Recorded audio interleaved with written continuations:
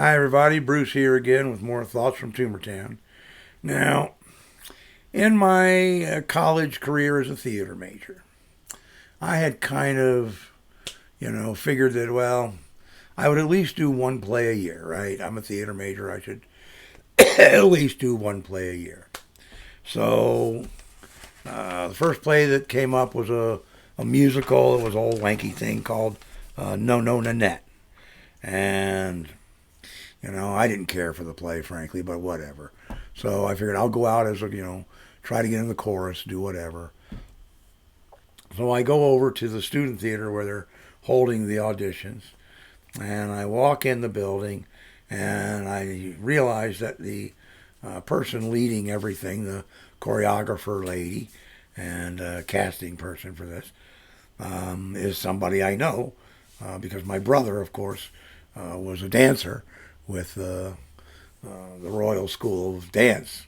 He'd been there for years, and I took a lot of dance classes because my mother, was a stage mom and wanted everybody to take dancing lessons. So, my brother ended up actually going to Joffrey Ballet for a period, after high school. So, he was deeply into it. But at any rate, and I did it, and me and my buddy Bruce actually did dancing in college, in high school, because that was a great way to hook up with the girls, right? Because all the girls were taking the dance classes. So, whatever. But in any case, so I walk in, and I realize that it's a girl I know, Patty, from the Royal School of Dance. And she's screwing around, and I walk up, and she looks down and she goes, Bruce, what are you doing here?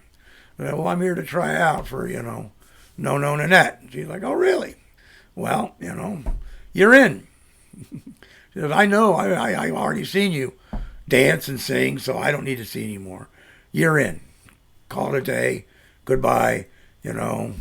Look on the poster board in a couple days for the rehearsal schedule. Okay.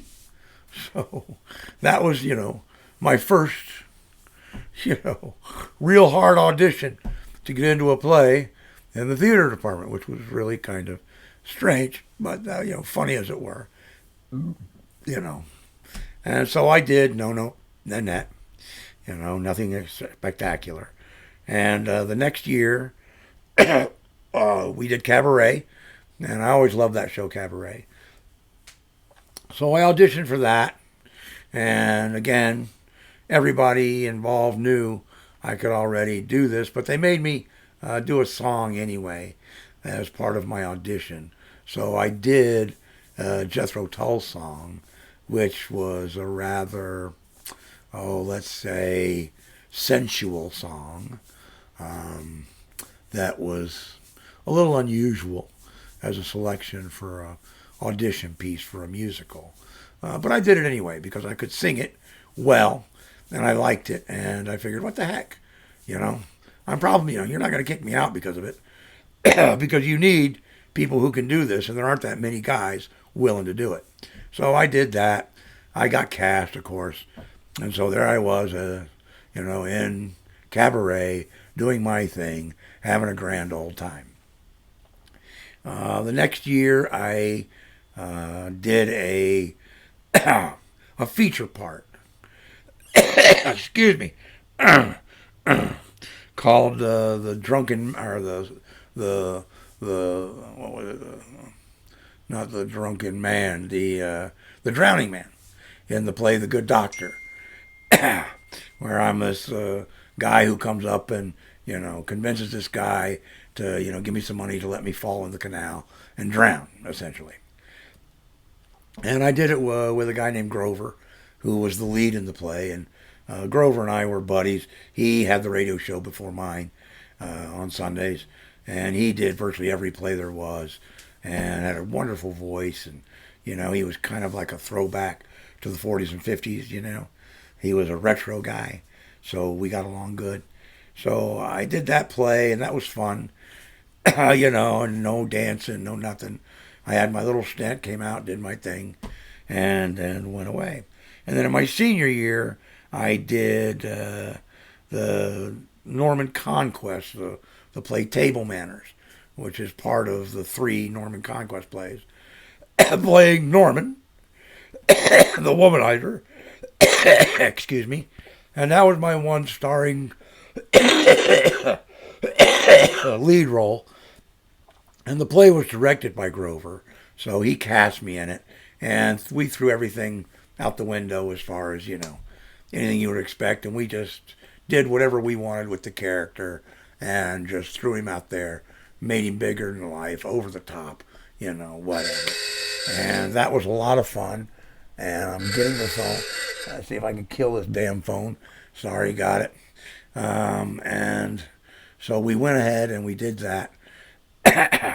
And didn't get the greatest of reviews, but I had a lot of fun doing the play and enjoyed it, and got my picture splattered all over the yearbook in my senior year. And it was about that time they figured out I was a theater major.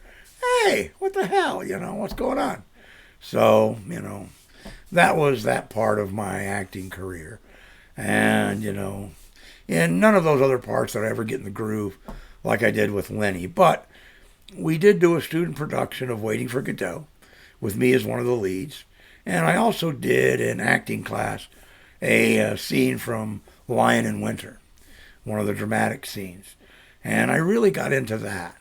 And so it was interesting, as I had mentioned in the video about Lenny being asked to do something for the freshman students, to show them pieces that the other students have done as far as acting, this little kind of, welcome to the theater department sort of thing.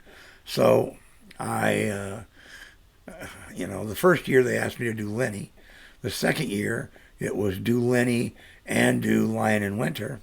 And then the third year it was do Lenny, do Lion in Winter, and do Waiting for Godot.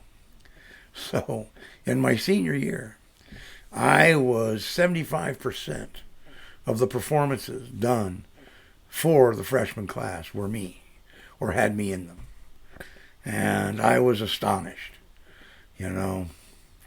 that, as a theater major, that's where I would end up. And of course, we all know the thing about, my issue with applying myself. Could I have done many more of the plays had I applied myself over the years? Maybe. Could I have done some really good acting work? Maybe. Could I have ever been good enough to really try to be an actor? Maybe. But it was just never in my sights, because acting's very competitive. I figured I had a much better chance at being a filmmaker than I did an actor. But in any case, that was, my acting career through the theater department. And I left there very proud of what I had done, even though I had done really very little there as a theater major. I was really, really proud of what I had done. And I still am to this day. So just wanted to get that across and, pat my own back a little bit. All right, peace. Hang 10. Catch you later.